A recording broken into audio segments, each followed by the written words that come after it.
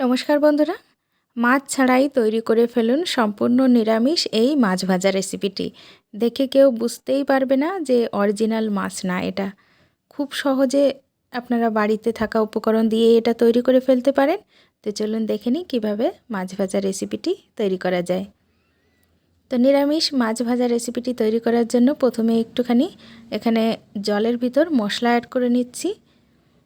তো দিয়ে দিলাম 1 চামচ মতো আদা বাটা, আর নিয়েছি 2 চামচ জল সাথে। তার ভিতরে দিয়ে দিলাম একটুখানি কাশ্মীরি লঙ্কা গুঁড়ো, একটুখানি জিরে গুঁড়ো, আর সাথেই দিয়ে দিচ্ছি এখানে হলুদ গুঁড়ো। চাইলে আপনারা লবণ এখানে অ্যাড করতে পারেন, আবার পরেও অ্যাড করতে পারেন। তো আমি পরে অ্যাড করব, তাই এখন আর অ্যাড করলাম না। এটাকে জলে গুলিয়ে সাইডে করে দেব। আর লাগবে কলা। তো কাঁচকলা নিয়েছি, আর বেশ একটু মোটা সাইজের কলাগুলো আছে। তো এরকম মোটা সাইজের কলা হলে মাছ ভাজাটা তৈরি করতে একদম অরিজিনাল মাছের মতোই লাগবে। তো চলুন খোসাগুলো এখন ছাড়িয়ে নেওয়া যাক। খোসাটা কিন্তু আমি সম্পূর্ণ ছাড়িয়ে নিচ্ছি না, হালকা একটু খোসার পর্দা দেখুন কলার উপরে থেকেই যাচ্ছে। এরকমভাবেই কিন্তু খোসাটাকে ছাড়াতে হবে। সম্পূর্ণ খোসাটাকেই যদি আপনি ছাড়িয়ে দেন তাহলে মাছের উপরে যে পাতলা মাছের ছালটা থাকে সেরকম দেখা যাবে না। তাই একটুখানি এরকম খোসা কিন্তু রেখেই দিতে হবে। দুটো কলার খোসাই ছাড়িয়ে নিয়েছি। এখন এরকম কাত করে রেখে ছুরি দিয়ে ভালো করে এটাকে কেটে নিতে হবে। একটু লম্বা লম্বা করে না কাটলে কিন্তু মাছের শেপটা আসবে না, তাই অবশ্যই একটু কাত করে কেটে নিতে হবে। দেখুন কত সুন্দর, বেশ বড় বড়ই কিন্তু এটা তৈরি হয়েছে। এখন নিয়েছি একটি ছিল্লি, তার সাহায্যে মাছের শেপটা দিয়ে দেব। তো মাছের যেহেতু একটু বড় মাছের এরকম সাইড দিয়ে ফাঁকা থাকে, পেটের ভিতরে যে নাড়িগুলো থাকে তার জন্য, তাই এখানে একটুখানি ছিদ্র করে দিচ্ছি। চিল্লির সাহায্যে এটা সুবিধা হয়, কেননা চিল্লির মাথাটা একটু গোল রকম থাকে। চাইলে আপনারা চামচ দিয়েও কিন্তু এই শেপটা দিয়ে নিতে পারেন। ভালো করে ঘুরিয়ে ঘুরিয়ে একটুখানি ফাঁকা করে দিলাম। দেখুন ঠিক মনে হচ্ছে যেন মাছ রেখেছি। সবগুলো কলার পিসই আমি মাছের শেপ দিয়ে দিয়েছি। দেখুন দেখতে কিন্তু বেশ সুন্দরই লাগছে। আর একটুখানি মোটা মোটা করেই কিন্তু এগুলো কেটে নিতে হবে, একদম সরু করে কাটলে পরে আবার ভালো হবে না। তো এখন দিয়ে দিচ্ছি যে মশলাটা তৈরি করে রেখেছিলাম, তার ভিতরে 1 চামচ বেসন দিয়ে দিলাম, হাফ চামচ লবণ অ্যাড করে দিলাম।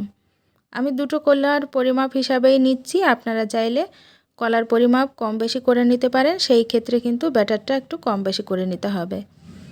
এবার যে কলার পিসগুলো আমি মাছের শেপ দিয়ে রেখেছিলাম সেটাকে ঘুরিয়ে ফিরে খুব ভালো করে এরকম মিশিয়ে নেব। দেখুন মনে হচ্ছে মাছের গায়ে লবণ হলুদ মাখানো আছে, ঠিক সেরকম লাগছে। তো এবার এটাকে ভেজে নেওয়ার পালা। খুব ভালো করে মাখিয়ে নিতে হবে। তো ভাজার জন্য আমি এখানে একটি প্যান নিয়েছি, তার ভিতরে দিয়ে দেবো কিছু পরিমাণ রিফাইন্ড তেল। আপনারা চাইলে সরষের তেলেও ভাজতে পারেন। 3-4 চামচ রিফাইন্ড তেল দিয়ে দিলাম। সেটা গরম হয়ে যাওয়ার পর মশলার সঙ্গে ভালো করে মিশিয়ে সবগুলো মাছের পিসই দিয়ে দিচ্ছি।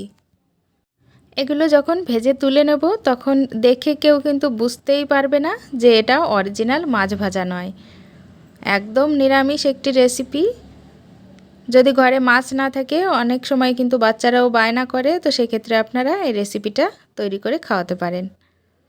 এক সাইড যখন হালকা একটু ভাজা হয়ে যাবে তখন অপর সাইডটাও উল্টে খুব ভালো করে ভেজে নিতে হবে। এই সময় ঢাকনা লাগিয়ে 2 মিনিট পর্যন্ত আপনারা লো ফ্লেমে রেখে দেবেন, তাহলে দেখবেন কলাগুলো ভিতর থেকে সফট হয়ে গেছে। উল্টে পাল্টে খুব ভালো করে মাছ ভাজা যেমন তৈরি হয় ঠিক সেভাবেই কিন্তু লাল লাল করে আমি ভেজে নিয়েছি। দেখেই বুঝতে পাচ্ছেন কতটা সুন্দর হয়েছে, খেতেও কিন্তু দারুণ টেস্টি লাগে। বাড়িতে একবার হলেও তৈরি করে দেখতে পারেন, সবার খুবই ভালো লাগবে। এগুলো আপনারা চায়ের সঙ্গেও এনজয় করতে পারেন, কিন্তু দেখতে লাগছে মাছের মতো। একটি ভেঙেও দেখাচ্ছি, দেখুন কতটা সুন্দর হয়েছে। একদম যে নরম তুলতুলে সেটাও নয়, যেমন ঠিক মাছ ভাজা তৈরি হয় সেরকমই, কিন্তু ভাঙার পরেও কিন্তু কেউ বুঝতে পারবে না মুখে না দেওয়া পর্যন্ত। তো রেসিপিটি কেমন লাগলো কমেন্টস করে জানাবেন। সাথেই চ্যানেলে নতুন হলে সাবস্ক্রাইব করে রাখবেন এরকম আরও নতুন রেসিপি পাওয়ার জন্য। ভিডিওটি ভালো লাগলে লাইক এবং প্রচুর শেয়ার করবেন বন্ধুদের সঙ্গে। দেখুন তৈরি হয়ে গেল সম্পূর্ণ নিরামিষ মাছ ভাজা, আর এটা তৈরি করতে বেশি সময়ও লাগে না, 10 মিনিটের ভিতর কিন্তু রেসিপিটা তৈরি হয়ে যাবে। তো আজকের মতো এই পর্যন্তই। আপনারাও বাড়িতে তৈরি করুন, এনজয় করুন ফ্যামিলির সাথে। দেখা হবে অন্য কোনো রেসিপিতে। ততদিন ভালো থাকবেন, সুস্থ থাকবেন। বাই।